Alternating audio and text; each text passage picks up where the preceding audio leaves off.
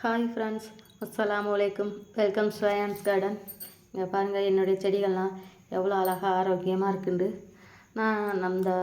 நான் கொடுத்த இதுக்கு முன்னாடி அதாவது காய்கறி கழிவு, மோர், வீட்டில் வேஸ்ட்டான எல்லா பொருட்களும், சத்து மாவு இதெல்லாம் கலந்து கொடுத்து ஏற்கனவே கொடுத்துருந்தேன். புண்ணாக்கு கரைசல், இப்படி பல உரங்கள் கொடுத்து எல்லாத்தையும்.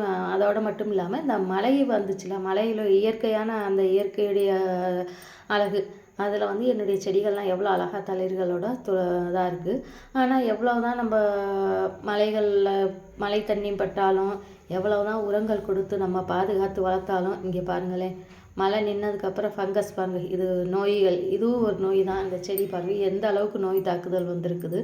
இது மட்டும் இல்லைங்க, இங்கே பாருங்கள் என்னுடைய நெய் மிளகாய் செடி, அதை பாருங்கள் அப்படியே ஜல்லடை மாட்டம் பூச்சி ஓட்டை போட்டு வச்சுருக்குது. இந்த மாதிரி செடிகளுக்கு மழை விட்டதுக்கப்புறம் நோய் தாக்குதலும் அதிகமாக வரும். அதோடு மட்டும் இல்லாமல் பூச்சி தாக்குதலும் அதிகமாக இருக்கும். இந்த செடிகள்லாம் நிறைய இடத்துல பூச்சி புழுக்கள்லாம் நிறைய இருக்குங்க. ஆனால் பகல் நேரங்கிறதுனால அந்த பூச்சி புழு இதெல்லாம் நமக்கு தெரியலை.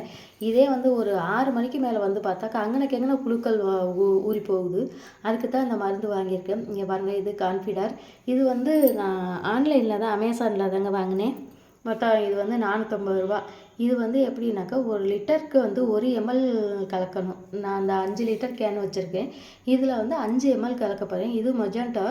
இது வெட்டிங் ஏஜென்ட். அதாவது நம்ம மழை நேரத்தில் எவ்வளோ தான் மருந்து ஸ்ப்ரே பண்ணினாலும் அது ஈவனாக அந்த மழை பெஞ்சிச்சுனாக்கா அந்த மருந்து அடித்து வேஸ்ட்டு. ஆனால் அந்த மொஜாண்டோ கலந்து நம்ம ஸ்ப்ரே பண்ணிட்டோம்னாக்கா அந்த ஸ்ப்ரே பண்ணினதுக்கப்புறம் ஒரு 2 மணி நேரம் வரைக்கும் அதுக்கப்புறம் மழை வந்தாலும் நம்ம பயம் இல்லை. இங்கே பாருங்கள், இப்போ நான் அந்த கேனில் 5 லிட்டர் தண்ணி எடுத்திருக்கேன். 5 லிட்டருக்கு 5 ml, அதாவது 1 லிட்டருக்கு 1 mlங்கிற இந்த கான்ஃபிடர் எடுத்துட்டு இதை தண்ணியில் நம்ம கலந்துக்குவோம். அப்படி நேரடியாக நம்ம அந்த ஸ்ப்ரே கேனில் கலந்தோம்னாக்கா இது சரியாக ஈவனாக அந்த அடியில் போய் தங்கினாலும் தங்கிடும். அதனால நம்ம எதுவுமே என்ன ஒரு மருந்து ஸ்ப்ரே பண்ணணுன்றாலும் நம்ம ஒரு தனியாக செப்ரேட்டாக ஒரு கப்பில் தண்ணி எடுத்து அதில் ஊற்றி கலந்துட்டு அதுக்கப்புறம் நம்ம கேனில் ஊற்றுறது நல்லது.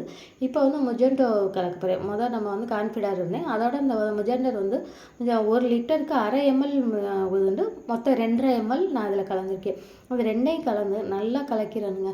பாருங்கள், நல்லா கலக்கிட்டு இந்த லிக்விடை அதுக்கப்புறம் நம்ம ஸ்ப்ரே கேனில் விட்டு அதையும் நல்லா அந்த தண்ணியில் கலக்கிட்டோம்னாக்கா ஈவனாக எல்லா தண்ணியிலையும் கலந்துடும். நம்ம எப்போவுமே இது மாதிரி கலக்காமல் நேராக ஸ்ப்ரே கேனில் நம்ம மருந்துகளை ஊற்றிட்டு அதுக்கப்புறம் தண்ணி பிடிச்சோம்னா அது போய் அடியில் உரையிறதுக்கு கூட வாய்ப்பு இருக்குது. அதனால நான் எப்போவுமே இப்படி தனியாக கலந்து தான் தண்ணியில் கலப்பேன்.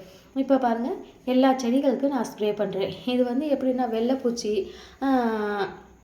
செதில் பூச்சி, மாவு பூச்சி, அப்படி எல்லாத்தையுமே கட்டுப்படுத்துங்க இந்த கான்ஃபிடர்.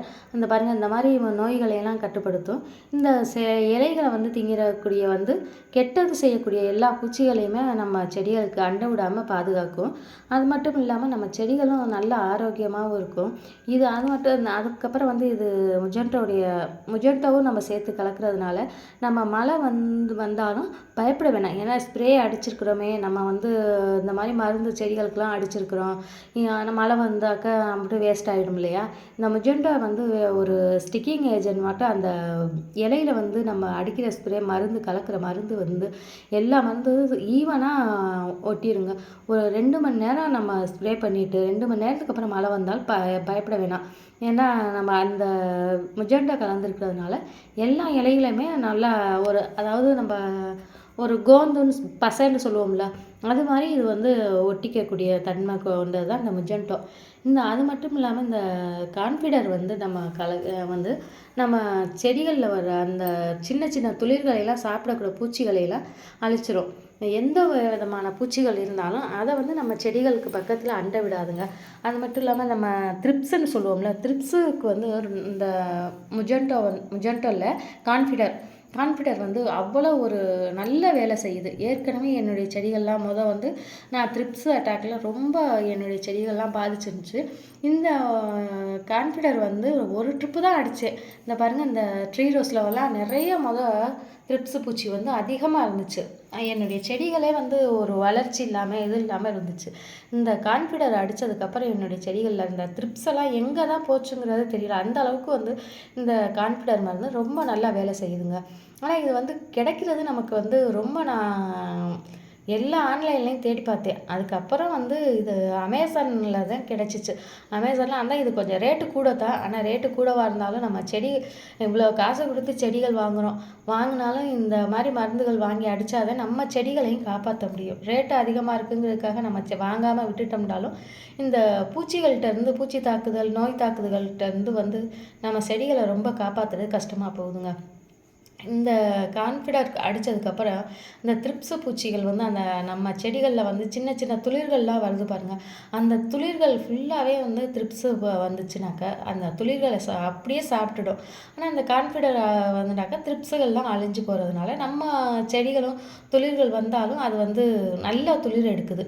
இப்போ வந்து நான் வந்து இந்த கான்ஃபிடர் அடிச்சிட்டேன். 1 வாரம் கான்ஃபிடர், 1 வாரம் சூப்பர் சொனாட்டா, இப்போ அப்புறம் வந்து கெம்மு, அப்புறம் வந்து சாஃபு அப்படின்னு ஒவ்வொரு வாரமும் ஒவ்வொரு நம்ம செடிகளுக்கு ஒவ்வொரு மருந்தாக மாற்றி மாற்றி கொடுத்துட்ருக்கோம். ஏன்னா நம்ம வந்து இப்போ வந்து கான்ஃபிடர் மட்டுமே கொடுத்துட்டே இருந்தோம்னாக்கா அந்த கான்ஃபிடரை தொடர்ந்து அதே கொடுத்துட்ருக்கிறப்ப அந்த பூச்சிகள் வந்து அதுக்கே வந்து செட் ஆயிரும். ஏன்னா அந்த கான்ஃபிடருக்கே செட் ஆகிடுச்சுன்னா நம்ம எவ்வளோ தான் மருந்து கொடுத்தாலும் திருப்பியும் அது வந்து அது நம்ம செடிகளை விட்டு போகாது. அதுக்காக ஒவ்வொரு வாரமும் ஒவ்வொரு மருந்துகள் நம்ம செடிகளுக்கு அடிச்சுட்டே இருக்கணும். அதோடு மட்டும் இல்லாமல் வேப்பெண்ணெய் கரைசலும் அடிக்கணும்.